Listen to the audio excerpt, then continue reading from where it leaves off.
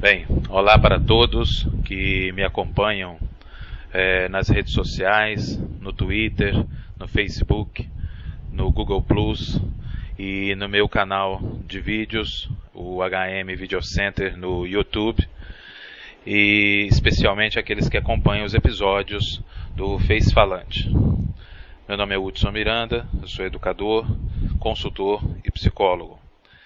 E nesta edição nós temos como tema para discutir a alcoolicocracia, né, e as perdas e danos dessa nova norma social que se estabeleceu.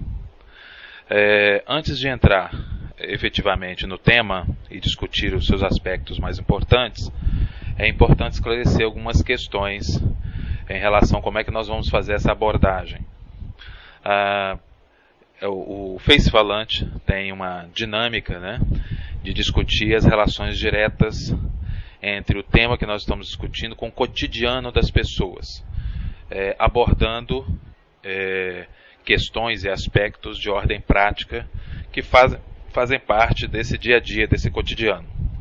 Portanto, nós não vamos discutir o alcoolismo do ponto de vista acadêmico, o detalhamento, né, dos seus efeitos, seja na infância, na adolescência, na fase adulta ou na velhice, nem sobre as suas características por estratos sociais, nem vamos nos dedicar a estatísticas que são diversas e vários estudos a respeito dos efeitos diversos do álcool a partir de bebidas diversas. As questões subjetivas e afetivas ligadas, por exemplo, ao tratamento, né, e ao vício, ao abuso no uso do álcool, né, as repercussões familiares, sociais, escolares, contextuais, né, no mundo do trabalho, etc. Nós não vamos entrar nesses detalhes, porque esses detalhes serão objeto de outras abordagens mais amplas, mais profundas, no momento oportuno, e inclusive em breve, e que estão sendo preparadas nesse sentido, uma vez que as questões ligadas a este fenômeno social, que não ocorre só no Brasil, ocorre no mundo inteiro, né? Nos principais centros de consumo no mundo inteiro, isso é um grande desafio, é o abuso no consumo do álcool. Mas nós vamos também nos concentrar nessa primeira abordagem no Brasil, como é que o fenômeno vem se instalando ao longo dos anos e que observações importantes nós precisamos fazer em relação ao comportamento das pessoas, por que essa busca, né, e esse abuso do álcool, e quais as principais consequências, os principais danos sociais em termos de comportamento que a gente vem observando. Então, esclarecido essa questão de como será abordado o tema, né, nós podemos então dar início a essas colocações, né, e esclarecendo novamente, né, lembrando que muito em breve as outras dimensões que fazem parte dessa temática complexa também serão abordadas, né, inclusive o tratamento. Ok? Bem, então vamos lá. Eu venho observando, e isso vem gerando em mim um certo incômodo, né, como é que o álcool vem assumindo um papel social, né, muito marcante na sociedade brasileira, em substituição ao que ocorria na década de 70, por exemplo, década de 60, 70, 80, né, com o cigarro, né, com o tabaco em geral, mas com predominância para o cigarro, né. E a gente observava naquela época a abordagem que era feita, né, em relação à sociedade, não só do ponto de vista de propaganda, mas as estratégias de marketing da indústria do tabaco, inclusive incorporadas na vida cultural das pessoas, né? E a gente observava, né, eu observei durante muitos anos, né, e existem muitos estudos que comprovam isso, né, e que estão disponíveis, como a indústria do tabaco ela estava presente no cinema, na música, né, nos videoclipes, né, no audiovisual como um todo. E qual era o símbolo do cigarro, né? O que ele significa, quais os significados que ele tentava imprimir ao seu uso perante as pessoas. Como isso ia sendo repetidamente colocado, né, pela televisão, nos filmes, né, na produção cinematográfica, na produção televisiva, no comportamento, né, daqueles astros que eram tidos como referência, como ídolos das pessoas, né, e também na propaganda. E a gente é muito fácil, né, a gente perceber por que o consumo de tabaco chegou a níveis tão absurdos, né, mesmo considerando que racionalmente, né, as pessoas estavam aspirando, né, com o uso do tabaco, produtos químicos perigosos, estavam aspirando veneno, né? Mas só que aquele consumo não era um consumo racional, era um consumo social e emocional, né? Era um consumo de um hábito que estava ligado, através da propaganda, através de todo o trabalho de marketing na indústria do tabaco, estava ligado ao status, né? Ao charme, a um hábito que era sedutor, né? Que justamente por conter em si uma atmosfera charmosa, funcionava, né, de acordo com o que era vendido, né, de acordo com a ideia que era vendida daquele comportamento de fumar, funcionava como um acesso a grupos sociais. Quer dizer, as pessoas que fumavam faziam parte de um grupo bem aceito, de um grupo bem visto, né, de um grupo que também, além de ser bem aceito e ser bem visto, obviamente trazia benefícios, entre aspas aí, né, nas relações de amizade, na identificação com o outro, na aproximação amorosa, afetiva, né? Então, eram as vantagens aí superavam qualquer tentativa de esclarecimento em relação à nocividade, ao perigo que aquilo representava. Então, qualquer um que se levantasse, né, para esclarecer, para alertar sobre os riscos que os fumantes corriam ao inalar, ao aspirar, né, aquela fumaça tóxica, né, aquele veneno em forma de status, de charme, etc., né, o valor agregado cultural que estavam querendo imprimir a este objeto, né, não era bem vista, né? Quer dizer, os defensores dos não fumantes e de largar aquele consumo perigoso, né, e que era um perigo de médio e longo prazo, não convencia, porque o assédio, né, a partir da propaganda e de todos os mecanismos de marketing feito pela indústria do tabaco eram muito intensos. Então, se a gente observar, por exemplo, as propagandas das décadas de 70 até final da década de 80, por exemplo, né, em relação no Brasil ao uso do tabaco, nós vamos ver uma associação do consumo de tabaco, né, do consumo de cigarro, sobretudo o cigarro, associado ao esporte, à saúde, né, à liberdade, a valores, né, que são buscados permanentemente pelo ser humano, ao charme, à aceitação social, a amizade, né? A capacidade de fazer amigos, né? A sedução, né? Então, assim, a capacidade de atrair a atenção das pessoas. Então, tudo isso estava sendo associado ao consumo do cigarro.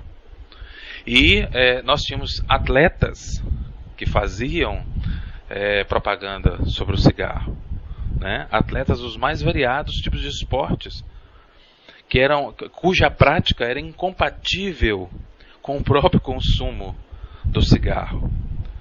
Mas a propaganda era tão massiva, tão intensa, e associado a isso também vinham trilhas sonoras muito bonitas, do que havia de melhor na produção musical no mundo, né? Diretores cinematográficos, né? Da indústria cinematográfica foram contratados para fazer videoclipes que marcaram época, né? Então nós tínhamos um visual, né, muito bonito, né, ligado justamente à natureza, à liberdade, à beleza, à estética, associado à saúde corporal e à beleza também, né, ao charme, à sedução. Quer dizer, é um conjunto de valores, de atributos sociais que fizeram com que houvesse aí uma legião de pessoas de todas as idades, de todas as classes sociais, atraídos para aquele consumo, né, que era um cartão de entrada, um cartão de visitas e uma porta, um acesso a um mundo que era desejado e que sempre foi, que é o mundo da liberdade, da alegria, né? Da afetividade, da capacidade de se relacionar, de ser aceito, né? Entre outros atributos relacionados, similares, né? Bem, e aonde eu quero chegar com isso? Logo em seguida, evidentemente que as gerações que foram atraídas a esse consumo por muitos anos, né, começaram a sofrer os efeitos comprovados cientificamente, né, e isso começou a vir à tona. E os grupos, né, que defendiam justamente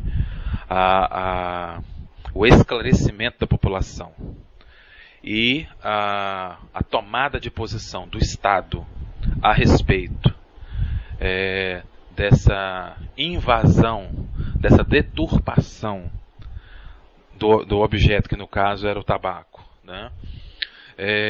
Essa abordagem, esse assédio criminoso junto à população, sobretudo à população jovem, né, fizeram com que houvesse transformações no mundo inteiro relacionadas a restrições em relação à presença da indústria do tabaco, né, na promoção de eventos culturais, né, porque houve época que os grandes eventos de rock, né, que atraíam a atenção de milhões de pessoas em todo o mundo, eventos esportivos de grande impacto, né, ou seja, de um lado eventos culturais, do outro eventos esportivos, né, o patrocínio e a presença glamurosa, né, nos filmes, né, na indústria cinematográfica.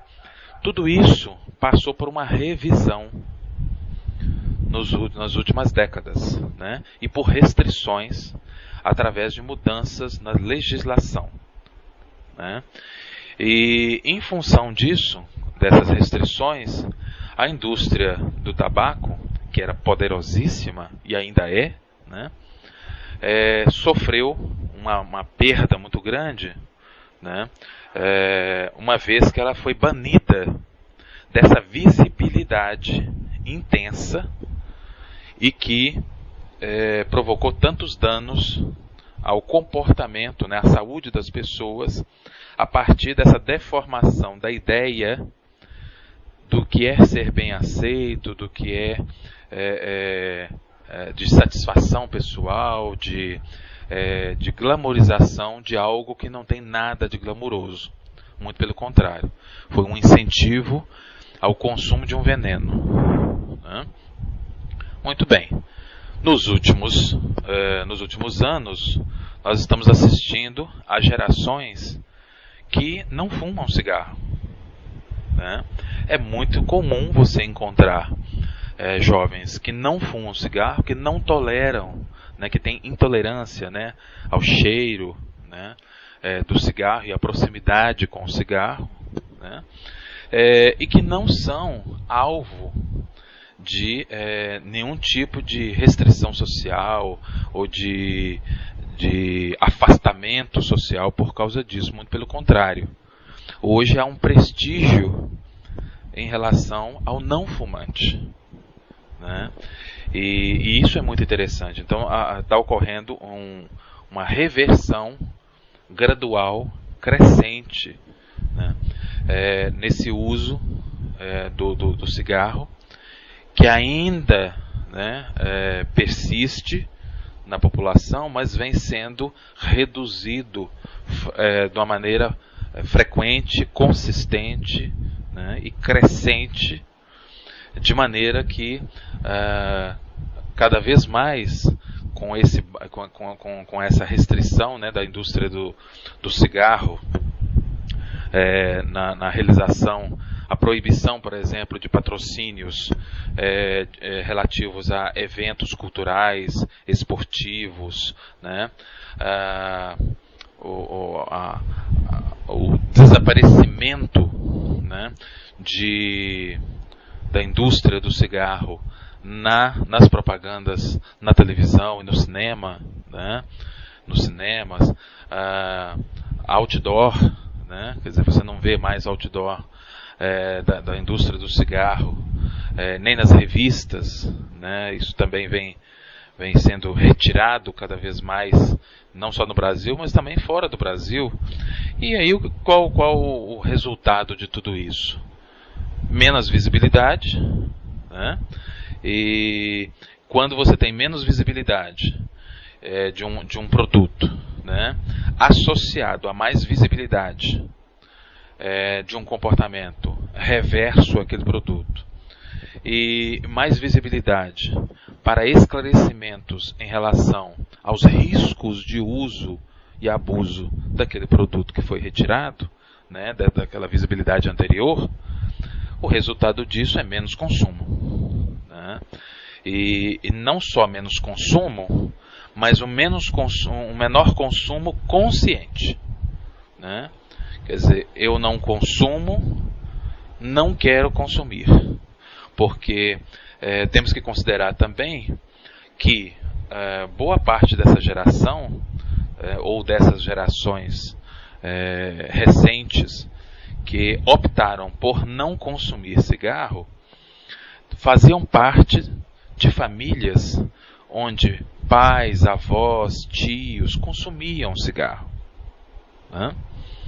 E fizeram parte também de gerações inteiras, né, consumiram cigarro, influenciadas pelo consumo de outros membros da família, associados, evidentemente, ao intenso marketing, permanente marketing da indústria do tabaco, né?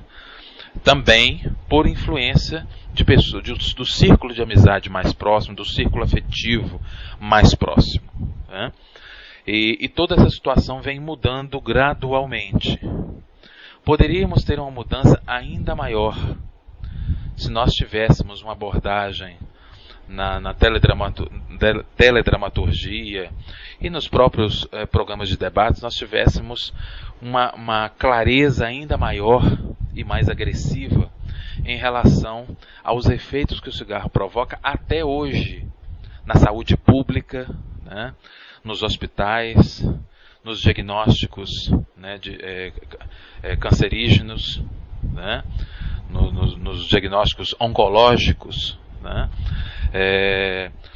graves, né, ligados diretamente ao uso prolongado do cigarro, né, como esse vício, né, como esse produto é viciante, é venenoso, né, e realmente abrevia e abreviou milhares e milhares de vidas no mundo inteiro, né, e consequentemente como ele dilacerou famílias no mundo inteiro, porque são processos de diagnóstico oncológicos graves, dolorosos, tratamentos também muito dolorosos, né, que tem impacto na família, né, porque um processo desse não ocorre numa família sem dor, sem muita dor, né? O efeito é muito forte, né? O aparecimento, né? Desde o aparecimento da doença até a fase terminal, quer dizer, na maioria dos casos, né, são processos extremamente desgastantes e dolorosos, das quais centenas de milhares de famílias foram e são vítimas até hoje, porque a indústria do tabaco está aí ainda, né? A luta, né, para a redução do consumo de tabaco, ela é permanente, ela não acaba, né? Porque a indústria do tabaco não foi extinta, ela apenas teve restrições de visibilidade. Então cabe ainda, é um desafio muito grande da educação, das autoridades de saúde, né, das autoridades ligadas ao setor de comunicação, lembrando que a comunicação é uma concessão pública, então há um compromisso, ou deveria haver, né, crescente, um compromisso não só moral, mas um compromisso social efetivo para fazer com que as novas gerações compreendam do que realmente está se falando quando nós falamos de nível de toxicidade, né, e de perigo que representa o ingresso nesse universo do consumo de tabaco. Bem, mas nosso tema é a alcoolicocracia. Por que então eu toquei no tabaco? Porque ele é um símbolo, no caso sobretudo do Brasil, bem sucedido, de políticas públicas restritivas à ação nociva, né, de um determinado segmento, né, sobre o comportamento social das pessoas. Então, esse caso, né, de restrição através da lei, de ações integradas do poder público, né, para frear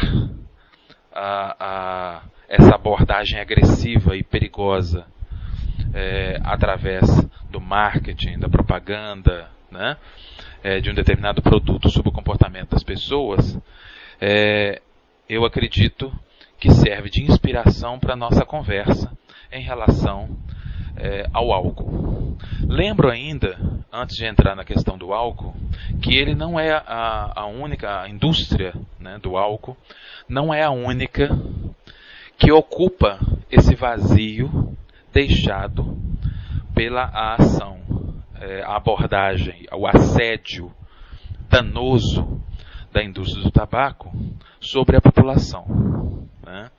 Hoje nós temos outras formas sutis, sofisticadas, mas muito agressivas, de colocação de produto, né, para vender, e que vão muito além da venda do produto em si, e que tem repercussões perigosas sobre a nossa sociedade, né?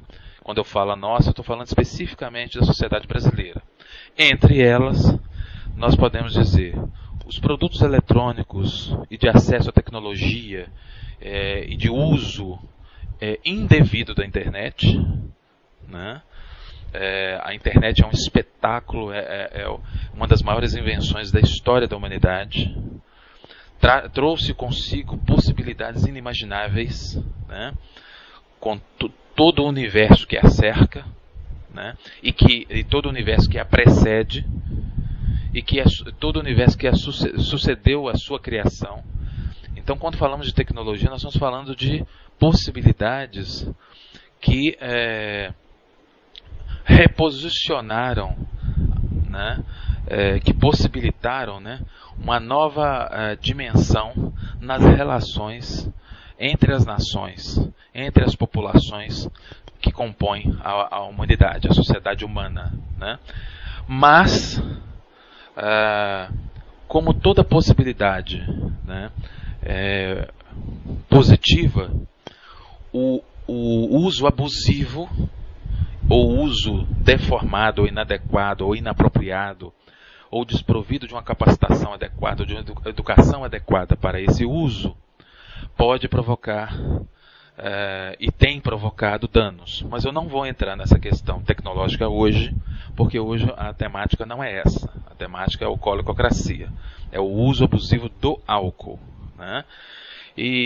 Mas voltaremos num momento certo, oportuno e breve, para discutir os danos do uso abusivo da tecnologia. Lembrando que a tecnologia não é culpada, né?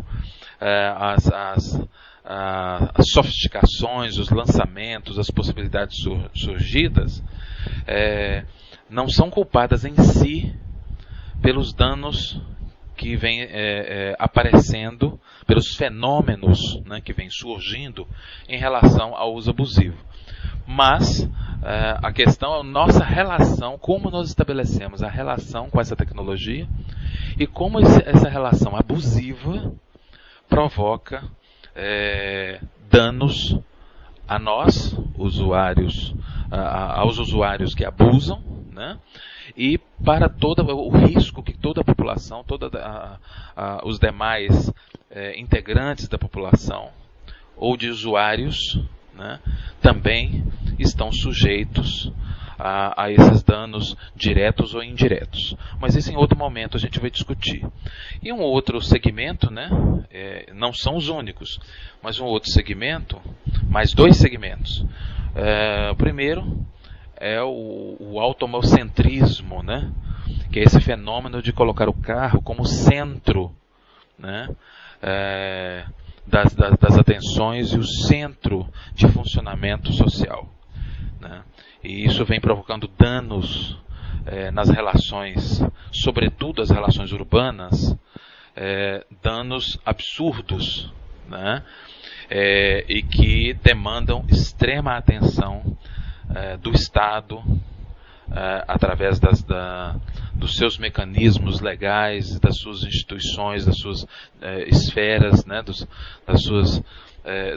suas instituições, né, para mediar, né, como responsável por manter o bem-estar da coletividade, né, é necessário que um olhar mais abrangente e com ações mais urgentes sejam implementadas, né, antes que mais vidas, mais tragédias aconteçam nessa relação automocêntrica, né, mas que também eu não vou discutir aqui os detalhes dela, porque o objeto da nossa discussão hoje não é esse. E a terceira, né, é a questão dos alimentos, do uso e abuso inadequado de tipos de alimentos que são vendidos como saudáveis, né, e colocados de uma tal maneira que estimulam o consumo em grandes quantidades, mas que têm promovido na realidade, né,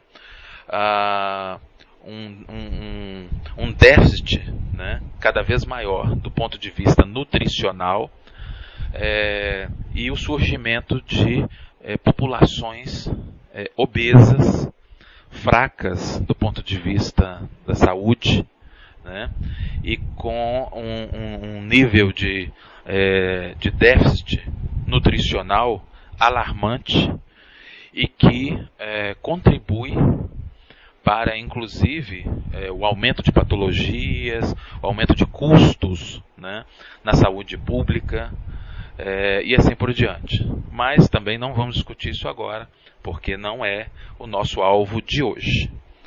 Agora entrando no nosso assunto de hoje, né, depois dessa introdução, que eu espero que tenha sido esclarecedora para quem está acompanhando essa edição do Face Falante, é a questão de como o álcool, né, e o consumo de álcool tem sido introduzido na sociedade brasileira como algo semelhante ao que aconteceu com o tabaco e semelhante ao que se faz em relação a essas outras dimensões que eu digo, os alimentos, né, muitas vezes nada saudáveis, né,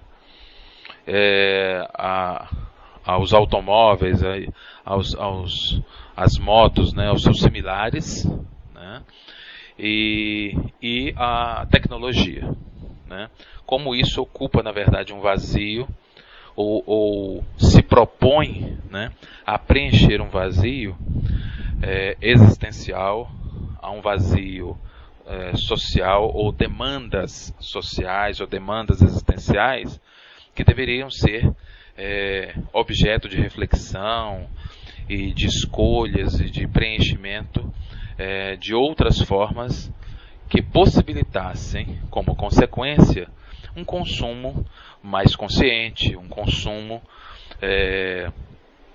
resultante, né, de outras demandas que não fossem essas existenciais, uma vez que essas demandas existenciais só podem ser atendidas a partir da dedicação de todos nós à reflexão, a escolhas responsáveis e racionais, né?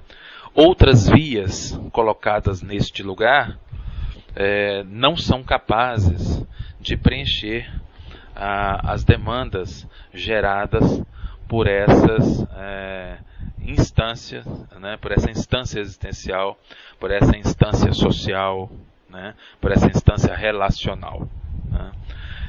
Acabam sendo apenas preenchimentos temporários, né, bem temporários, e com consequências não tão temporárias assim, dependendo da perspectiva e da análise que a gente faça.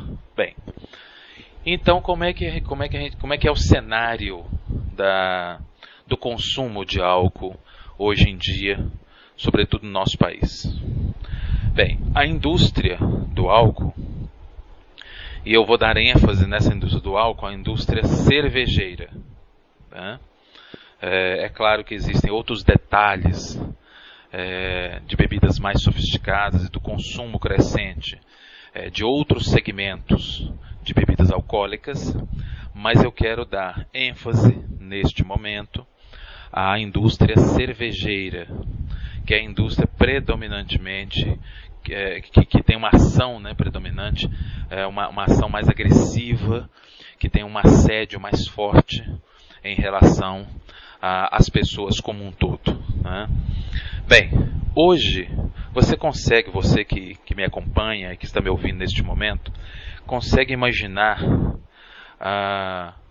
algum evento social de impacto na área cultural, esportiva, né, e que não tenha por trás o apoio, né, o patrocínio forte, sólido, monstruoso, né, do ponto de vista de volume de recursos, de alguma indústria cervejeira, de algum representante da indústria cervejeira? Certamente que não, né? Além dos milhares, centenas de milhares de outdoors, além de páginas e páginas de jornais, revistas, né? Além de abordagens através de mobiliário urbano, né? Tudo que é permitido por lei, né? Uma vez que a indústria cervejeira até agora o seu lobby tem sido vitorioso, impedindo as restrições, né, nos seus abusos de imagem, né, e de abordagem. O que tem feito? Tudo que pode ter a presença da indústria cervejeira, tudo que a lei permite, ela está lá presente, né? Ela tomou conta de tudo, na internet, com sites muito sofisticados, muito interessantes, na realização de eventos musicais dos mais variados, né? Em todos os gêneros ela conseguiu chegar praticamente, né? Talvez uma exceção ou outra, mas a maioria. Onde a indústria cervejeira não chegou, a indústria de bebidas destiladas, né? Mais sofisticadas, já chegou, né? ou está prestes a chegar. Então o patrocínio é geral. No esporte é a mesma coisa, né? Você é bombardeado, né? Todos nós somos bombardeados com propagandas muito bem elaboradas, com ídolos da música, com ídolos da televisão, né? Do cinema, né? Do audiovisual como um todo, do esporte, né? Então você tem atletas ligados, né, a essa indústria do marketing da cerveja, né? E a cerveja é vendida como uma bebida essencial, né? A ideia, né, é como se fosse uma bebida essencial, como se fosse o seu passaporte para a felicidade. Então, essa propaganda massiva está ligada, por exemplo, intimamente a grupos de amigos, né? A sedução em relação às mulheres, né? Então a abordagem em relação ao universo masculino, né? Está ligado justamente a quê? Ao fortalecimento da amizade, à aceitação do grupo, né? Se você não bebe, se você não consome aquela bebida, você está fora, você é sem graça, né? Você não tem charme, você não tem, né, a ideia subliminar, né, a que é colocada entre linhas é essa, né? Ou você pertence a esse universo e é um cara legal, divertido, né, querido pelos amigos, aceito pelos amigos, pela sociedade, né, alvo, né, de sedução, né, porque você se torna charmoso ou charmosa, interessante, né? Então, ou você faz parte desse universo, ou você é completamente sem graça, né? E sendo sem graça, você não tem interesse, né, para o outro, seja esse outro quem for. Pertence a esse outro, a que dimensão da sociedade pertence. Mas você está fora dessa festa, né? Você só pertence a esse grupo e só é interessante, só é visível para essa sociedade se você é consumidor daquele universo. Então você não está consumindo simplesmente a cerveja, você está tendo acesso à felicidade, né? à alegria social, à integração, à aceitação social, ao prestígio de fazer parte do grupo ou dos grupos. Então é muito mais sério, é muito mais amplo. Só que tudo isso é feito de uma maneira muito leve, quase ingênua, né? Com muito humor, né? Com muita sutileza, com muita sofisticação, como os marqueteiros sabem fazer muito bem. Aliás, os marqueteiros brasileiros estão entre os melhores do mundo, e não é de hoje, né? Então eles fazem muito bem o papel deles, que é tornar o produto um produto sedutor e não vender o produto, né, pelo produto em si, mas vender, né, todo o valor, todos os valores que estão, né, criar uma atmosfera em torno do produto, de maneira que o que está sendo vendido para a população é a atmosfera, é o cenário, né? É a ilusão. E como o marketing é muito bem estruturado, feito por gente especializada, gente que entende do assunto, isso dá certo, isso funciona, né? Colocado tantas vezes, você imagina a quantidade de cervejas que nós temos, de marcas. Imagina o poder que elas têm, né? De comprar páginas de jornais, de revistas, outdoors, minutos de TV, nas principais atrações, de todos os canais, sejam eles da TV aberta ou fechada, né? Porque houve um tempo que a TV fechada praticamente não tinha comerciais. Não é isso? Você pagava por ter uma programação praticamente linear, né? A única propaganda praticamente que você assistia na TV fechada eram propagandas institucionais sobre a própria programação da TV, daquele canal, né? Hoje não.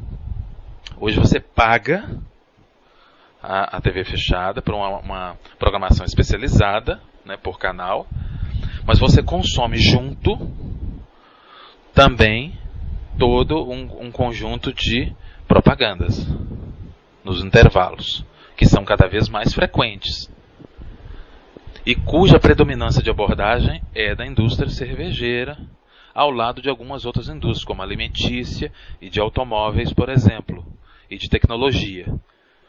São 4 grandes indústrias, né, que nós estamos falando. Mas hoje eu estou concentrado, né, na discussão da bebida alcoólica, né? Então o que acontece? O que a gente começa a observar?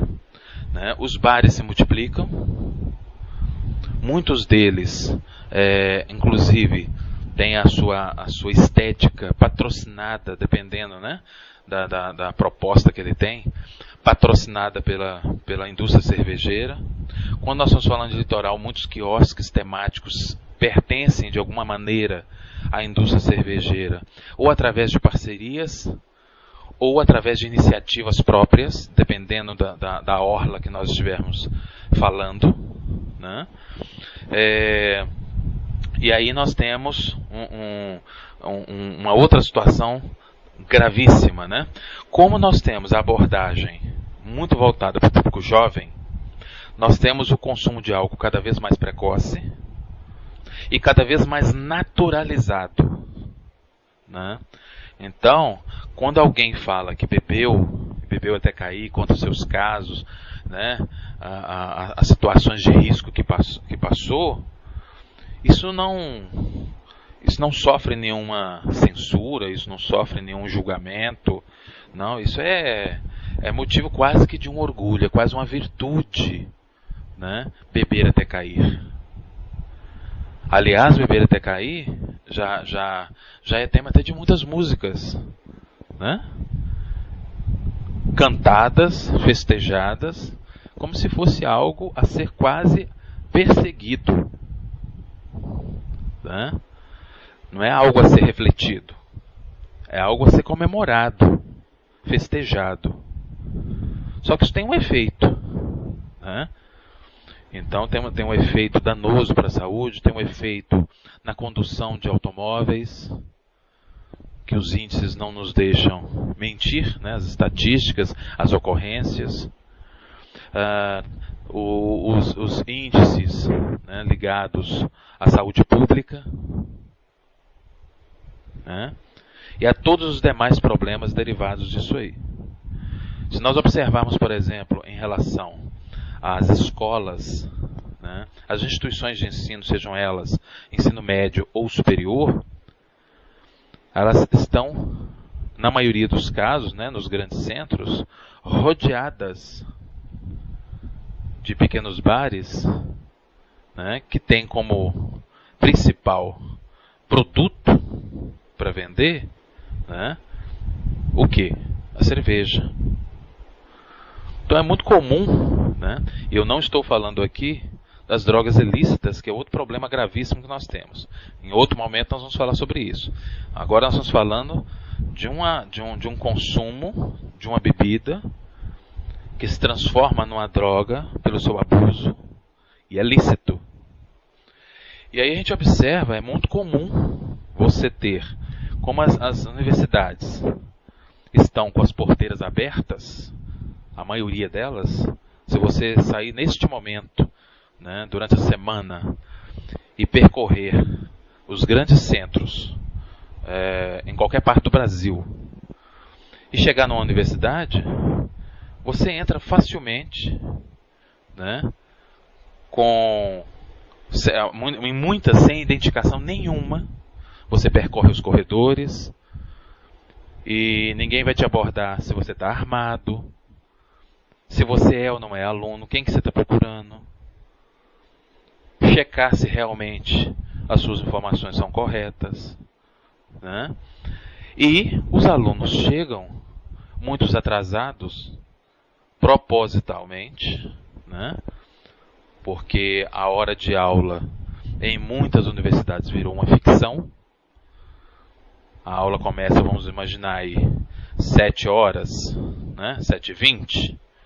Mas você tem aluno chegando 8h30, 9 horas da noite. E fica tudo por isso mesmo, chegando bêbados. Porque já ingeriram bebida alcoólica, em muitos casos, tá? E chegam próximos à hora do intervalo, dão um reconhecimento de terreno, né, para ver se tem alguma coisa que vale nota, né? Fica por isso mesmo. Na hora do intervalo saem, né? Aliás, saem antes do intervalo e saem da sala de aula, que eles mal chegaram, né? E retornam muito depois do que recomeçaram as aulas depois do intervalo. Fazem a mesma coisa do que na primeira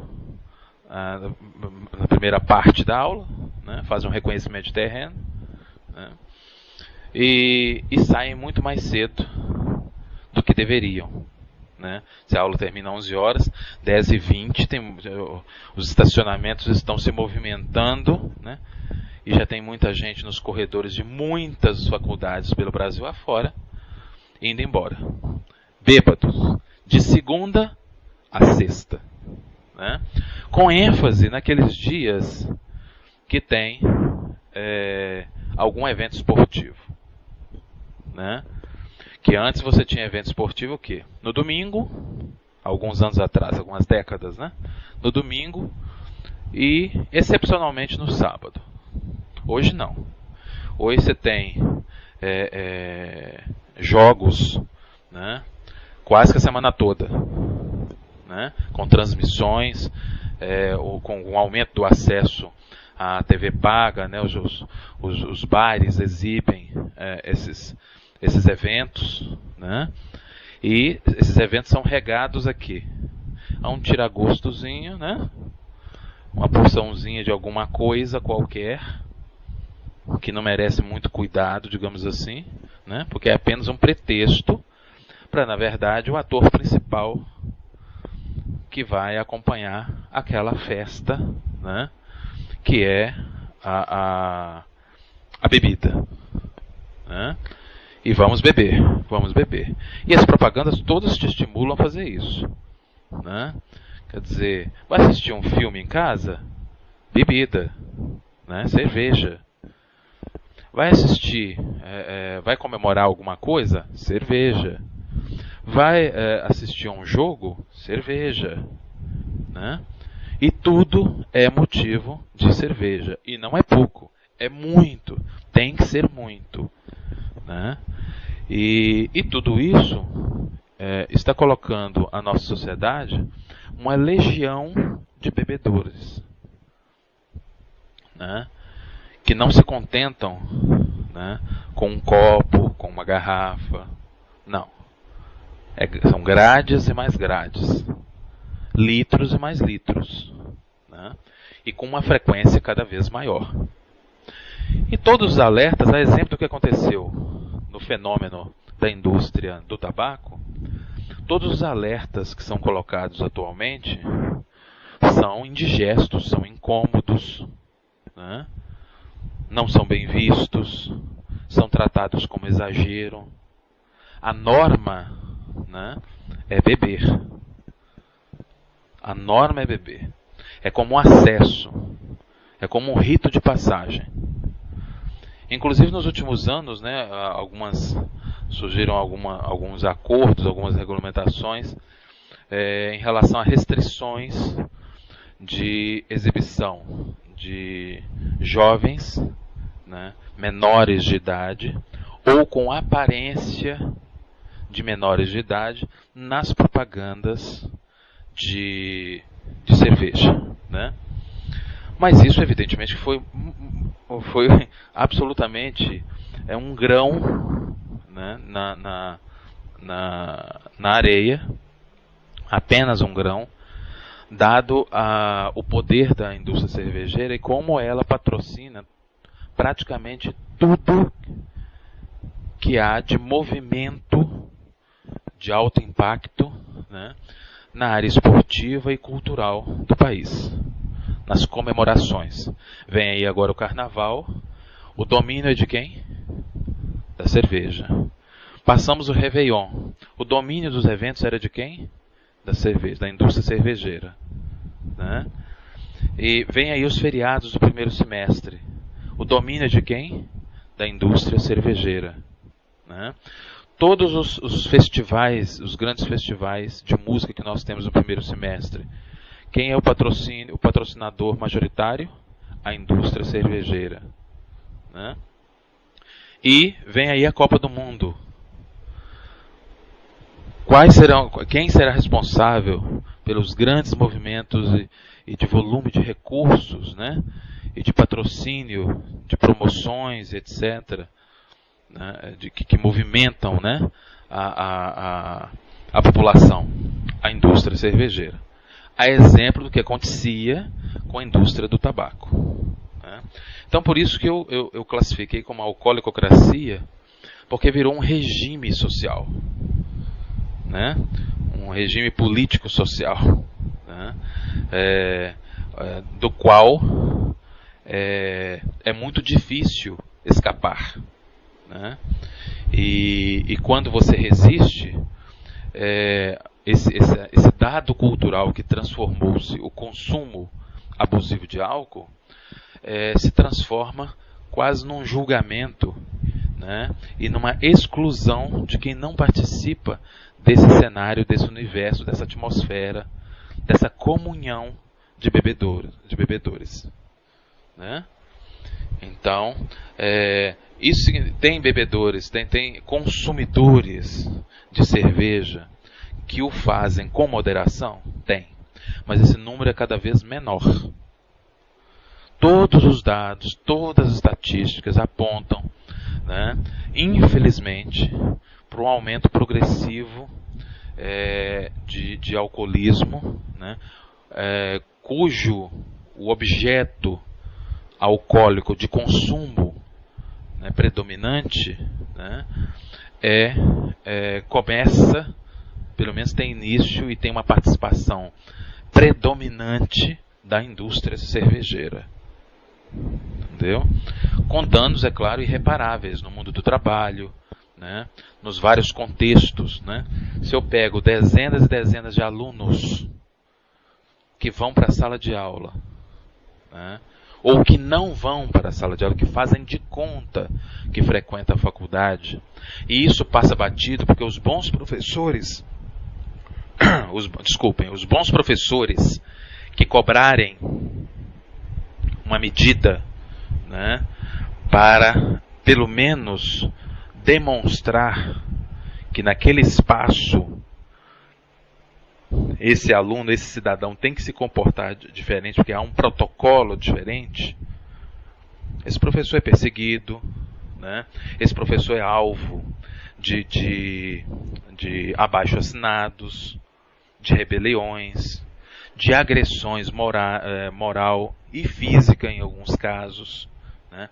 De demissão, porque muitas faculdades, né, estão submetidas à lógica do mercado, né, à lógica de pagamento, né, onde o aluno pagante é o aluno senhor, né, e o professor dessas instituições é o professor servo desse aluno senhor, né, e esse aluno senhor chega a hora que ele quer, sai a hora que ele quer, bebe, entra na sala bêbado, faz provas bêbado, entendeu?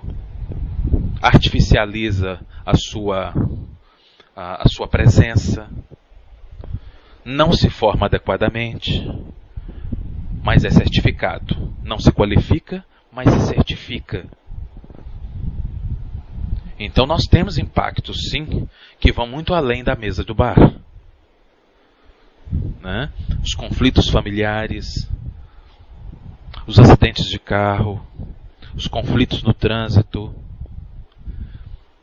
as mortes banais, os conflitos entre vizinhos, né? A ocupação de leitos do hospital em função dos desdobramentos do uso abusivo de álcool, dos acidentes que provoca. Então, evidentemente, que se a gente for, né, dissecar essa estrutura direta e indireta de ação do uso abusivo, né, das consequências do uso abusivo de álcool, nós vamos chegar à conclusão de que nós já deixamos esse fenômeno ultrapassar todas as barreiras razoáveis, né, e acabar se transformando num dado, né, em algo incorporado à rotina social e cultural de boa parte, de significativa parte da população, com tendência a crescimento em todos os segmentos sociais, econômicos, todos os estratos, né, todas as faixas etárias, inclusive com o ingresso nesse universo precoce de adolescentes e pré-adolescentes, né? Por quê? Porque nós também, né, acompanhamos o trânsito permanente de pré-adolescentes e adolescentes em ambientes de consumo de álcool, né, sem que a própria polícia tenha instrumentos mais, digamos, robustos para atuar. A nossa legislação ainda é tímida.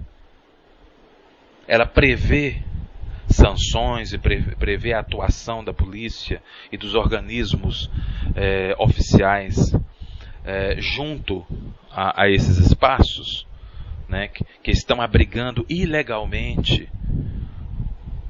esses jovens, sim, mas ainda são mecanismos muito frágeis, muito tímidos diante da abordagem cada vez mais agressiva destes eventos e destes espaços. Então não tem dado resultado. E é crescente o número de jovens, né, que consomem regularmente altas doses de álcool, que muitas vezes se inicia pela cerveja e passa a ter trânsito por outras bebidas, até muito mais fortes, do ponto de vista etílico, né? E na mistura de bebidas. As mulheres, o crescimento também do uso abusivo de álcool pelas mulheres tem crescido absurdamente, né? Então todo esse cenário, né, dessa desordem social colocada como se fosse um rito de passagem, um espaço de aceitação, né, e um espaço não só de aceitação, mas de consolidação social, né, feito por essa normalização de imagem do consumo do álcool, né. Em contraponto, a gente não vê na mídia, né, nos espaços como um todo, nos espaços públicos, ações que mostrem o drama que é alguém que se acostumou a abusar do uso de álcool e já está sofrendo os danos mais sérios do ponto de vista orgânico e do ponto de vista social, familiar, do mundo do trabalho, né? Que são milhares espalhados pelo país inteiro, milhares e milhares e milhares de famílias, né, que padecem, que sofrem de maneira crônica e grave desses efeitos, mas que não têm nem de longe visibilidade para que a população veja o que esse abuso, o que essa sedução perigosa pode causar em todos os espaços sociais, em todas as instâncias da vida cotidiana de pessoas comuns, de famílias comuns, que não acreditaram nessa possibilidade e que agora estão imersas nesses dramas, muitas vezes fatais, graves, crônicos, né? Então acho que falta, por isso que eu volto a dizer, por isso que eu dei esse nome de alcoolicocracia, né? Que é como se fosse um regime no qual você precisa, no qual você precisa acreditar e do qual você precisa participar, né? E você participando, você está credenciado a se considerar realmente pertencente à sociedade, segundo, né, a imagem que é passada por esse assédio mercadológico da indústria cervejeira, né? Então nós precisamos nos debruçar e discutir freneticamente, de uma maneira consciente, não passional, de uma maneira responsável, técnica, né, e abrangente, numa linguagem que todos entendam e em canais que cheguem à população, para fazer com que, não que a gente extinga a indústria cervejeira ou a indústria de bebidas alcoólicas, né? Eu não estou propondo isso, mas propondo um consumo consciente, moderado, e que seja baseado numa escolha consciente, que não seja para, né, tamponar ou tentar ilusoriamente atender demandas que uma bebida ou qualquer outro objeto, né, físico não vai conseguir, que é atender demandas de ordem emocional, de ordem existencial, de ordem relacional, de ordem subjetiva, né? E que na verdade precisa e demanda de reflexão, de acompanhamento saudável, né? De outras instâncias e de outras possibilidades, né, saudáveis, para que são compatíveis ao cotidiano de uma pessoa em qualquer instância, em qualquer dimensão, né?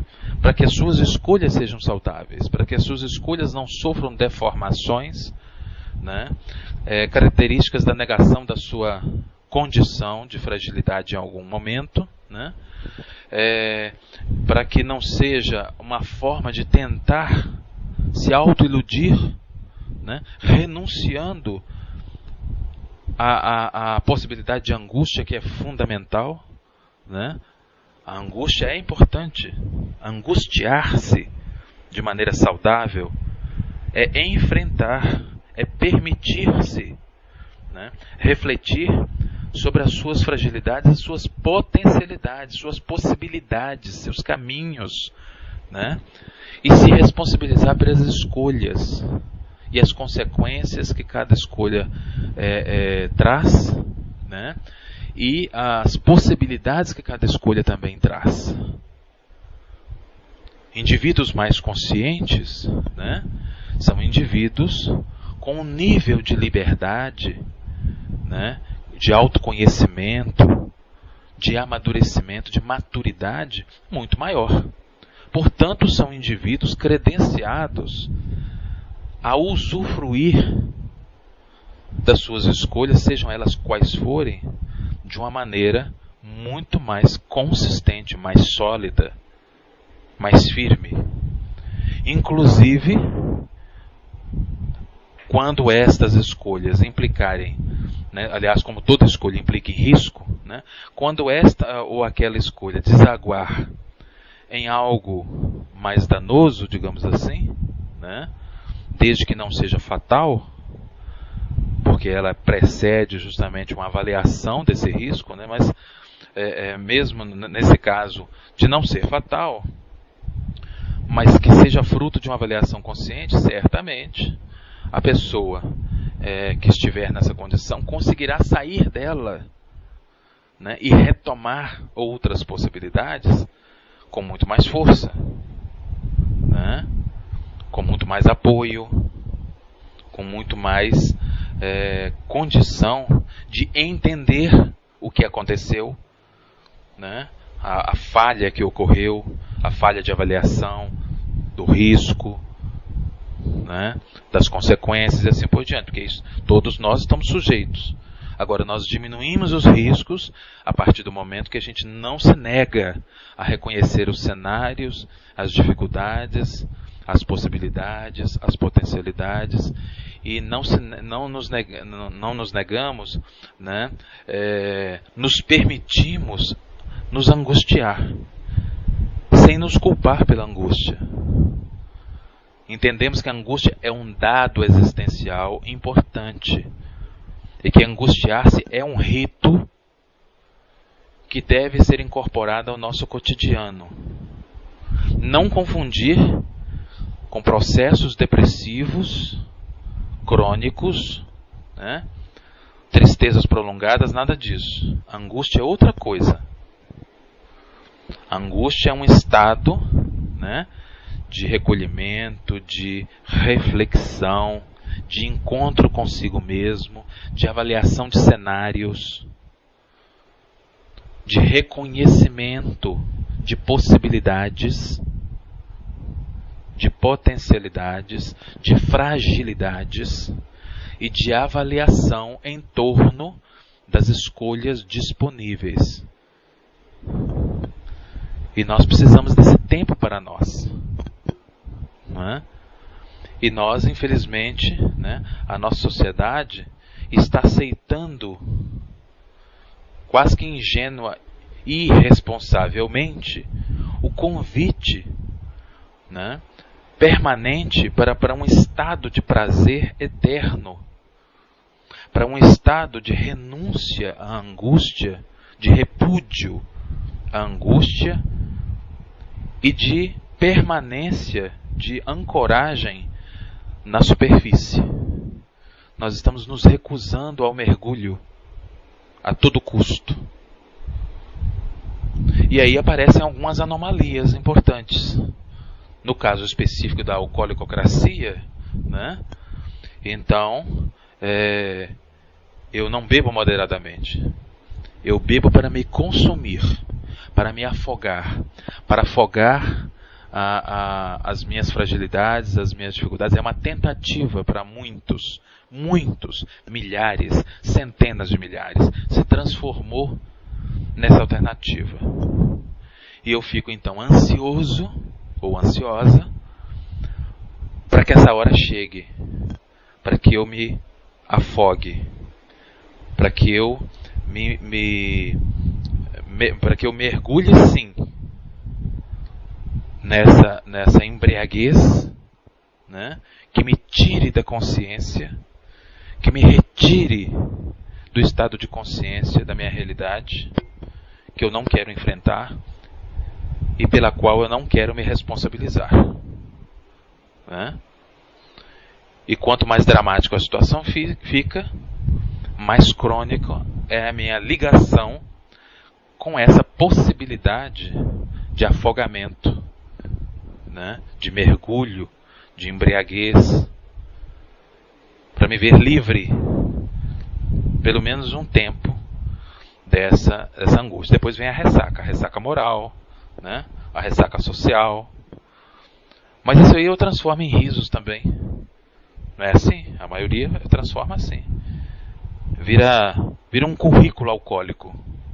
Aí eu transformo isso num currículo alcoólico, da qual eu dou risadas, né?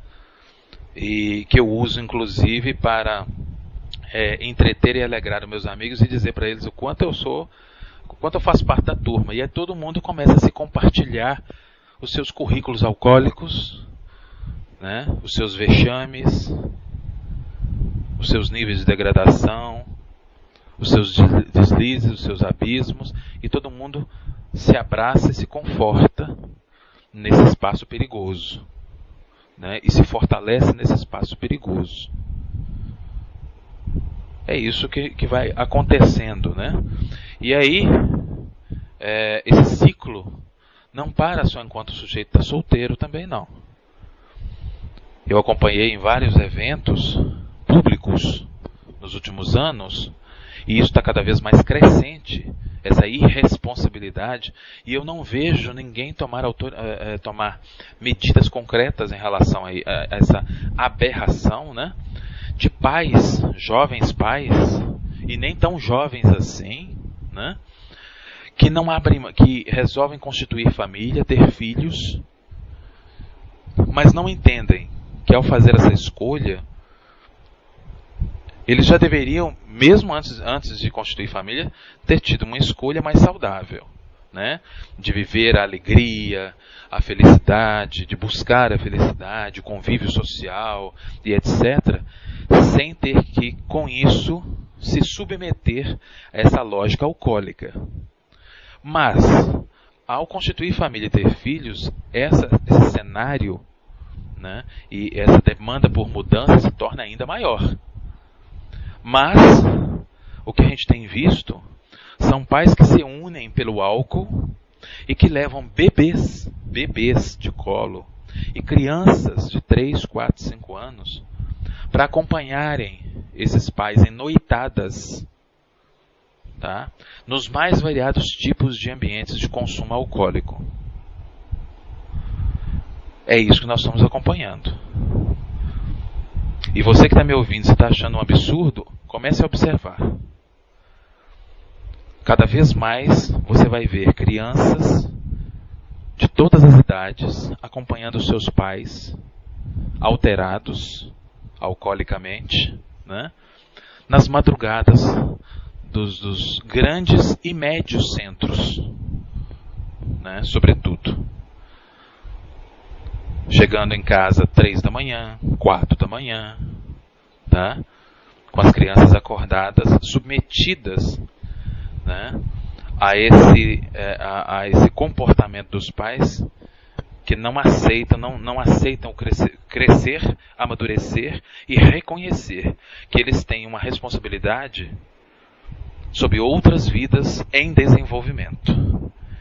E que essa responsabilidade é incompatível com esse comportamento de abuso, né? Então, esse de abuso do álcool. E esse abuso do álcool se transforma no abuso familiar. Uma vez que eles submetem essas crianças a esta lógica frequente. E aí vem a pergunta: que tipo de geração nós esperamos ter no futuro, tendo como inspiração essa quantidade cada vez maior de pais submetidas a essa lógica? Vale a pena a gente perguntar e refletir sobre isso. Que tipo de profissionais nós esperamos ser pelos quais atendidos, né, nos consultórios odontológicos, consultórios médicos, né, nas nossas emergências jurídicas, no nosso transporte, mas que são profissionais que se formaram sobre o efeito do abuso do álcool e estão se mantendo no mercado de trabalho sob também esse efeito. Profissionais, né, que veem o ensino, que veem a educação como um peso e o álcool como alívio desse peso, que só cumprem um mínimo do protocolo dentro daquele cenário do aluno rei e do professor servo. Será o que esperar? Com quantas negligências nós vamos fazer esse novo país formado nestas condições comuns, mais comuns do que você que me ouve possa imaginar. Se você duvida, saia por aí, dê uma volta na porta das instituições de ensino superior, particulares sobretudo, mas as públicas também estão enfrentando isso, né? E veja com seus próprios olhos, acompanhe com seus próprios olhos a tragédia silenciosa, perigosíssima, a qual nós estamos submetidos, e a gente não cobra nada dos nossos parlamentares para que tomem uma providência. Iniciativas de parlamentares estão paradas no Congresso no sentido da restrição desse assédio imoral da indústria cervejeira, tá? Mas o lobby é muito forte. É preciso de uma demanda popular consciente junto aos parlamentares, como ocorreu com a indústria do tabaco. E a gente precisa fazer isso, não vou dizer enquanto há tempo, porque o tempo está passando e nós já passamos da hora de tomarmos uma providência nesse sentido. Eu fico imaginando quantas tragédias ou quanto tempo será necessário para acordarmos dessa apatia diante dessa tragédia que está acontecendo diante de nós, né? Com o formato de festa e alegria, mas que no final da noite termina muito mal. E só para terminar, lembro a vocês que o maior problema, se você perguntar a membros dos atendimentos de emergência, do SAMU, dos hospitais, nas proximidades dos locais que ocorrem os grandes eventos na área de esporte e cultura, né? Eles vão dizer para vocês que o maior problema desses espaços, nesses dias, chama-se coma alcoólico. As estatísticas dão conta disso. E não precisa de estatística para isso. É só você perguntar aos profissionais da área de saúde. Entre outros problemas, né? Mas, depois dessa colocação, que está muito longe de mostrar a abrangência do cenário nosso de dificuldades em relação ao abuso de álcool, né? Nós vamos ter que voltar nesse assunto outras vezes. Eu vou terminando e espero que eu tenha contribuído para vocês entenderem como é que essa lógica é alimentada e como é que nós estamos mergulhados nessa lógica, rindo, chegando à segunda-feira derrotados, né? Cansados, torcendo para que chegue pelo menos a quarta, para nós começarmos o ciclo de mergulho irresponsável no abuso de álcool, a centenas de milhares. E aí basta a gente observar os números de consumo de litros de cerveja, entre outras bebidas, que tem crescido gigantescamente, né? Bem, eu vou terminando por aqui. Espero ter contribuído nessa discussão, que não termina por aqui. Espero receber contribuições de quem nos ouve, né? No sentido da gente continuar essa discussão, de demandarmos outras dimensões da discussão. Lembrando que a questão aqui não é demonizar a indústria cervejeira, mas ajustar a conduta dessa indústria junto com políticas de ajuste também, de mediação, que promova um comportamento social mais saudável. Essa é a questão. A todos, muito obrigado por ter me acompanhado até este momento e até nosso próximo encontro, a próxima oportunidade de discussão de outro tema que seja relevante para a sociedade. Obrigado a todos.